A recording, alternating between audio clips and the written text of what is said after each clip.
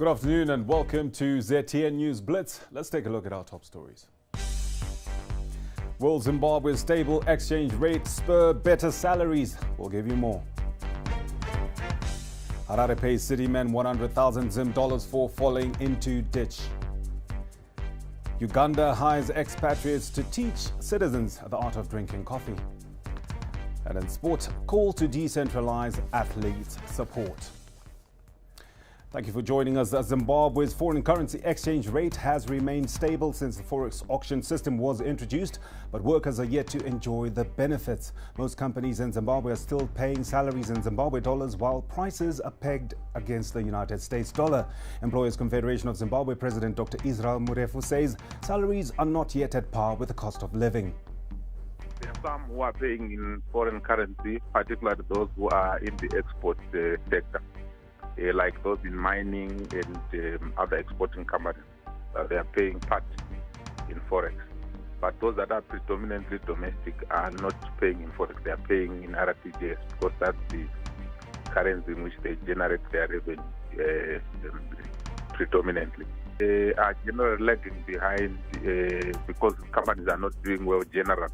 So this is the biggest problem.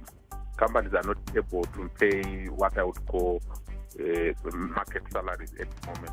Consumer Council of Zimbabwe Executive Director Rosemary Siachitema says most people cannot fill the consumer basket as salaries are still low. Since generally we know that basic salaries and wages have not improved much at all, whilst products and basic food has increased. If we look at what has happened since March during the lockdown and the COVID pandemic, you look at the basket and how it has increased in proportion to generally. You see, we always say generally what we know salaries are. People struggle because their salaries have not increased at the same tandem as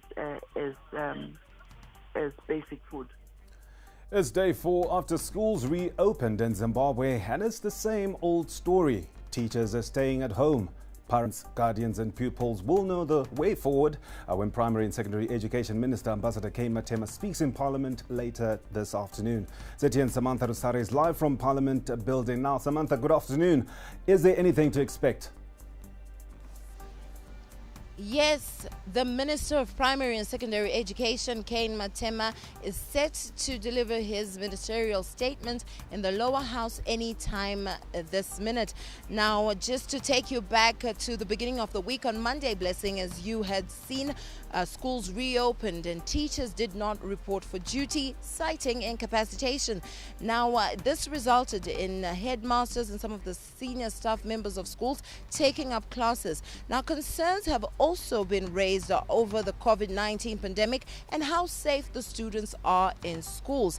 It will be interesting to hear what the minister's response would be in light of the teachers' plea for a salary increment, in as much as that doesn't fall on his portfolio, but it will be quite interesting to hear what he has to say about that. And I'll be giving you more as the day progresses. Many thanks for that update, Samantha. We'll keep our tabs on that story. Now, Malawi President Lazarus Chakwera says African countries should now attain economic independence in order to complement their political freedom. He said this today after rounding off his 2-day state visit to Zimbabwe. Our own struggle was birthed here. Our independence was birthed when Dr. Hastings Kamzubanda was at Gweru. That's where he dreamed about certain of the developments that we witness in Malawi. And the mention of Orton Chira as someone that founded the Malawi Congress Party after the Nyasaland African Congress was banned by the white folks.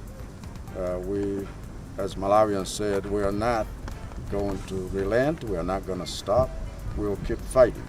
And so the spirit of the nationalists is a spirit that we all need to embrace and make our people truly free so that we can now enjoy economic freedom apart from just the independence that we attained. The Zimbabwe National AIDS Council says it is facing challenges in procuring antiretroviral drugs owing to forex shortages. About 80% of funding for the country's HIV programs comes from foreign benefactors, while the National AIDS Trust Fund, also known as the AIDS Levy, caters for at least 70,000 Zimbabweans. At least 1.3 million people are living with HIV in Zimbabwe, with a prevalence rate of about 13%. Now, the National AIDS Council Chief Executive, Dr. Bennett Madzima, spoke to ZTN. Also contributes, part of the AIDS levy goes to procurement of ARVs and various commodities to do with the HIV program, but also laboratory equipment and reagents. So all these things require foreign currency, and since about 2 years ago, when we started using the RTGS, it has been a challenge to try and procure these commodities, as you know that. On to the courts. Harare Magistrate Brenda Dliwayo has ordered the Harare City Council to pay a Harare man 123,400 Zimbabwe dollars after he broke his leg in 2018. 67-year-old Jerasi Dzenga fell into an exposed stormwater drainage access point pit in Harare Central Business District. After sustaining injuries, doctors advised Dzenga that he required further surgery in order to implant rods and screws to restore full functionality to his leg. Dzenga's lawyer, Fiona Ilif, speaks to ZTN. He had surgery, but he still has disability and requires further surgery, ORIF surgery, because there was non-union of the bones. So he requires rods and screws to be put into his leg if he's going to restore full function of his leg. In the meantime, immediately after the accident, he was incapacitated for 2 months. And still is unable to walk properly without crutches, and it's been 2 years now he's been in pain, so we hope that he can urgently get this surgery. Now, Uganda is set to hire expatriates to teach its citizens how to drink coffee. This was announced by the country's Coffee Development Authority, which say the action will help promote the sale of the product. Uganda is Africa's largest coffee exporter, but earns less foreign income per unit than its neighbor Ethiopia, which processes its produce and also sells most of it locally. On to sports news, starting, of course, with the NBA basketball action. LeBron James says the Los Angeles Lakers still have a lot more work to do after they beat the Miami Heat 116-98 in Game 1 of the NBA Finals. Anthony Davis scored 34 points for the Lakers, with James adding 25 points and 9 assists. Moving on to athletics, and with a few months before the rescheduled Tokyo Olympics taking place, the biggest question is how many athletes from Zimbabwe can make the grade. ZTN spoke to former high jumper for Zimbabwe Matthew Msamanyada, and he believes support for athletes and opportunities should be spread across the country to produce more competitive athletes.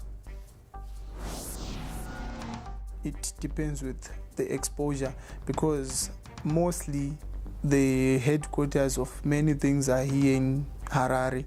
So I think a lot of athletes from Bulawayo don't really have that exposure. Yeah, that's what I can say, because I know most of people have been within the national team, like Chengetai Mapaya, who is in the United States. Yeah, there are a few notable people from Bulawayo who are there in the States. But I think it's about the exposure. That does it for News Blitz this afternoon. Thank you so much for choosing us. To get in touch with more of our programming, do visit our website, ztn.co.zw. Thanks for watching. Good afternoon.